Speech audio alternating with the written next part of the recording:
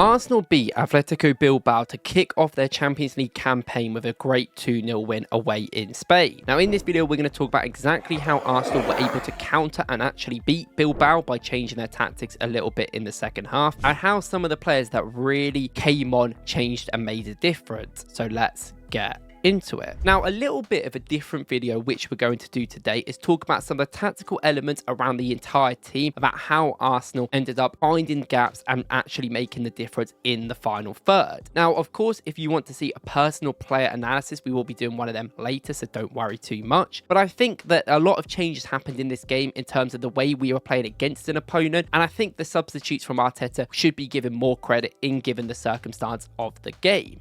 Now, I know going into this game and watching it, a lot of people, I think, on the internet were very unhappy about how Arsenal set up in the first half because there was not a lot of directness, there was not a lot of quickness in the pass, but I actually think it makes sense given the context of what we saw. Now, a lot of the time in the game, this is a broad example, but it's basically the same principles. Arsenal had maybe Eze, Woklz and Madueke on that last line of the defence being able to run. Woklz was actually man-marked quite a lot by one of the individual centre-backs. There was a few times that the defender came deeper as well to create this line in a 5, and this was a physical mid-block. You know, there's a lot of people in these physical areas, even when they pressed, and they had their two attackers pressed quite intently on Gabriel Mosquera at times, especially in the first half, and it made it hard to really contribute to do anything. Now, if I'm being honest, this was a little bit like what you'd want to see, but actually what we saw was kind of like this. The problem is that the gaps between Eze, Woklz and Madueke and Timber or Marino, or the defenders that had the ball, were too much. And Marino is a player that I love a lot, and we all like him, and I think he is a brilliant player,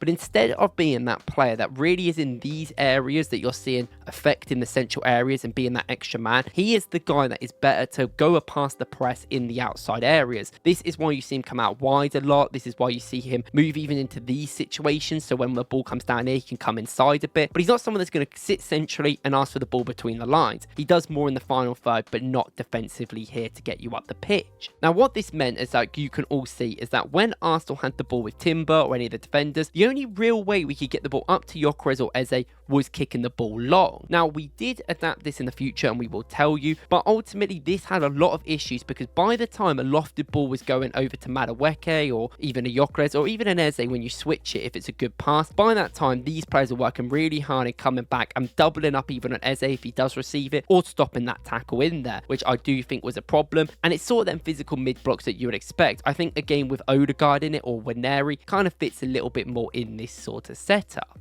Now, there's quite a few ways in the first half Arsenal tried to go about doing different things to sort of help the progression. There's quite a lot of different work on this left-hand side with Calafiori and Eze. You saw Calafiori coming inside and Eze going out wide. There's also times that Calafiori kind of played as a striker alongside Woklz on the final third waiting, and sometimes when he made some really good runs, we didn't give him the ball quick enough, or there's that one where Gabriel tries to and it gets blocked and ends up going for a defensive tackle, which he has to make, which is that risk and reward you're going to take. I like the movement, but it is interesting Calafiori is being used in that role. The only amount of space that Arsenal really had in the final third was in these wing positions. Madueke got the ball a lot and there was quite a few players around him, which I think had some issues, but I think on the left hand side there was a lot of space there which Eze was allowed to have, but he's not really that winger type, and when he wanted to come inside we saw some flashes of some brilliant moves, some brilliant 1-2s and some great work, but it didn't quite work. We couldn't give him the space inside, it was quite congested and it wasn't a consistent thing that was working when Calafiori wasn't overlapping as much as I would like.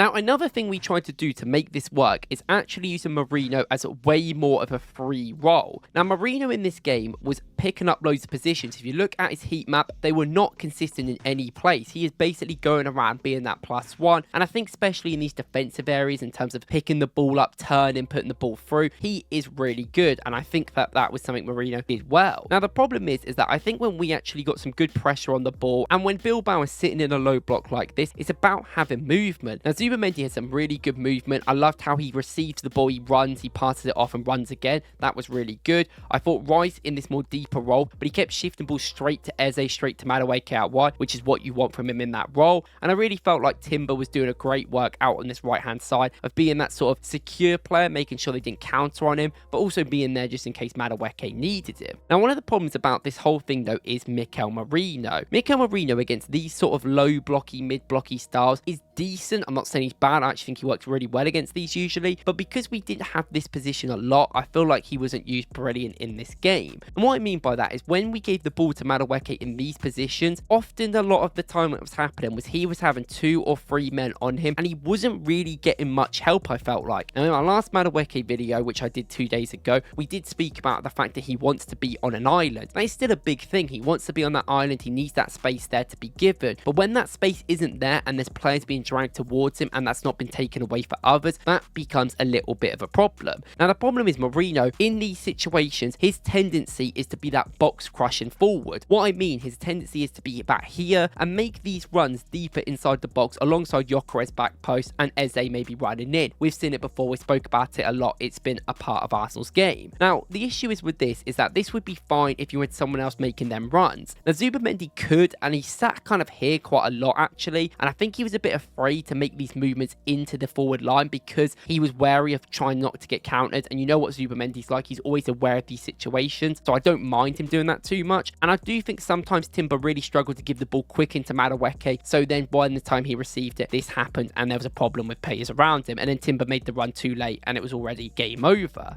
Now that is one of the bigger problems I had with Arsenal's interplay, I think in the first half and maybe at the start of the second. There was overall good play though throughout. We did create chances. I think Gyökeres was actually really lively, and sometimes down the left hand side when the game became more open at the end of the first half, he really got a lot of space and was able to have some good shots there, which I really thought was good. And ultimately he was getting in the box. When we did some interchange centrally, Calafiori did one, I think, Eze did another, and we were able to shift that ball out wide to Timber, Madueke on the overlap. They were able to get crosses in and get good efforts in, which really did affect us. And I really did think in the first half we didn't play bad, but it was still a very tight and kind of construct game. Now, one of the major things in the second half is that Arsenal really needed to stretch out Bilbao and get them into different areas and make it more difficult. And one of the main reasons they did that was first of all moving the defenders back quite a bit and creating space. A lot of the time when I think it was Iñaki Williams and Sunset pressed at the start of Bilbao for their team, the gaps were just so much bigger. They had covered Mosquera and Gabriel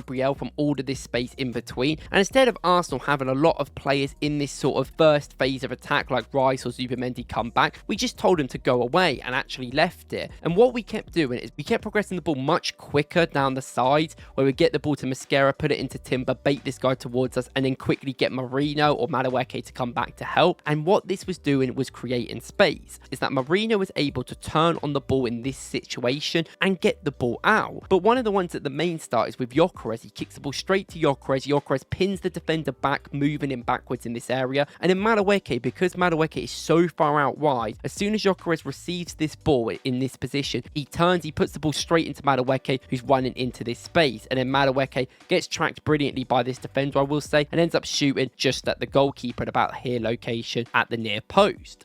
But I want to make it clear that wasn't the only thing that happened. We realised that the space was getting out wide if we were quicker in putting the ball centrally and then out wide quicker. And then one of the big things as well was making Zubimendi and Rice spread out a little bit to create them gaps more into the central areas where there was more space, where we didn't even have players, but it was just more about that space it gives other people. Now, in that instance that we just saw, Eze was coming inside to give us maybe like a Calafiori overlap, and if he's going to make that run. In the 65th minute, we brought on Trossard for Gyökeres. In the 70th minute, we brought on Martinelli for Eze. What this finally gave Arsenal was not only that direct player like Trossard, who really is good at controlling the ball in essential areas from like lofted passes to him, a little bit better than Gyökeres. He is quick with the action. He gets the ball, touches it, puts it out wide, something Trossard is very good at. And something that Martinelli's obviously amazing at is being fast and being in that space in behind. And that is what I think Arsenal identified and realised it was the game for them to come on and impact, especially with Marino kind of being this more wider outside player. He's not going to be in them central areas. We need to just rely on the front three to come more tighter and central. The first goal that actually comes from Arsenal in this game, obviously Martinelli's just come on the pitch, is literally just a typical Arsenal second ball, third ball winning phase. The goal kick comes in, we win the header, we win the flick on with Rice, and then Trossard instantly peels off the defender backwards and flicks the ball over, with Martinelli making that run in behind at the same time. Now Martinelli does brilliant. The control is excellent. The finish is good enough to go under the goalkeeper, and that's someone who's been very critical of Martinelli, this is how I think you use him, as not only a super sub, but a central access player that can work with Trossard. One comes back, one goes in behind, and then to get that space. And what that actually meant is because Martinelli was coming more centrally a lot of these times, it was creating more space in other areas, which you saw Calafiori could have overlapped and creates that moment there.